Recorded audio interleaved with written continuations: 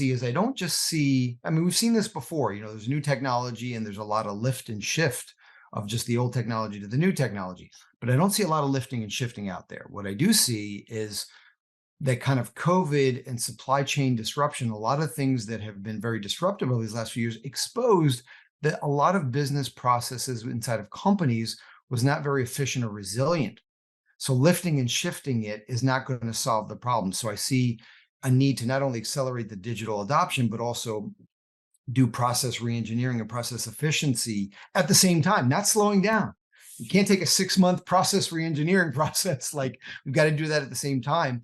And then I think the other big trend that I'm seeing is experience and competing on experience, not just for customer experience. I think traditionally companies have always competed for customer experience, more market share, but now I see companies competing on employee experience. And I think we saw with the great reshuffle and the great resignation of people were leaving companies where the work experiences weren't that great. And they're just kind of expecting it, especially this next generation that's coming in. My 17-year-old daughter has grown up in the digital age. Everything in her personal, consumer, and academic life is completely digital. She's not going to understand coming to a company where they hand her a piece of paper, or she's got to send an email and wait for a response from an inbox. They want instantaneous self-service. And so people are not going to go work for these companies any longer. If you want to attract and then retain the best talent, you will, you're going to have to start to compete for these experiences. So really what we see is that, there's a shortage of tech talent out there. You can't hire your way out of this problem. There's not enough automators out there.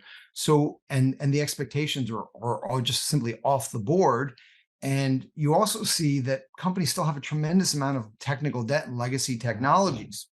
So the way I see a lot of companies approaching hyperautomation now is, one, choosing low-code platforms and generative AI technologies that actually enable a wider pool of developers. So one, low-code and generative AI solve two problems. One, they take your existing developers, your professional developers, and they make them way more productive. They can write sophisticated systems without producing as much code. Same time, it widens your pool of available developers by empowering and democratizing people in lines of business that aren't traditionally automators to help with this backlog. I think next, I see a lot of CIOs doing a consolidation. So where maybe 10 years ago, they needed about 15 to 20 different platforms to run the company, now they're consolidating down to like 6 or 7.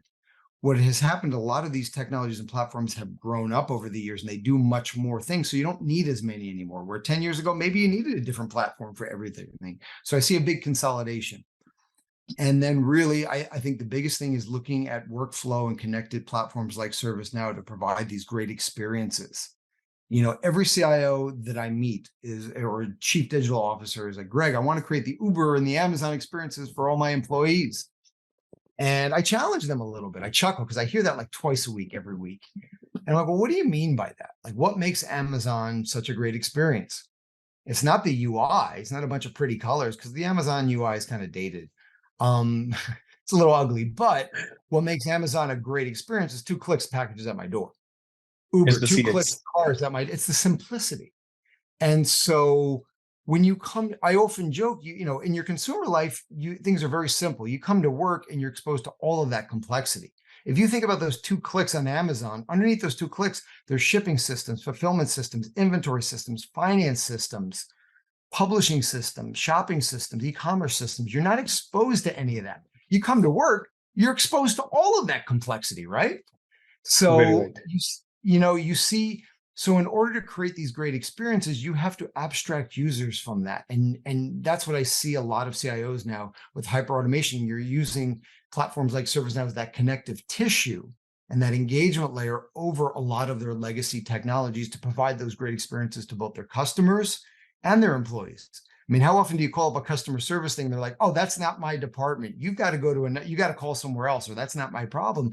And the onus is put on you, rather than creating a workflow where they connect all those systems so the agent can do all of that for you. So you don't have to do that. And the same applies internally as well. I often joke, if Amazon was a typical work experience, probably take about 6 or 7 weeks to place an order. because you'd have to log into all those systems individually. You'd have to go get access. You'd have to communicate with all those different departments. So that's really one of the ways that a lot of CIOs are adopting hyperautomation platforms like ServiceNow to create those great connected experiences. So microservices are being in place, right? Absolutely.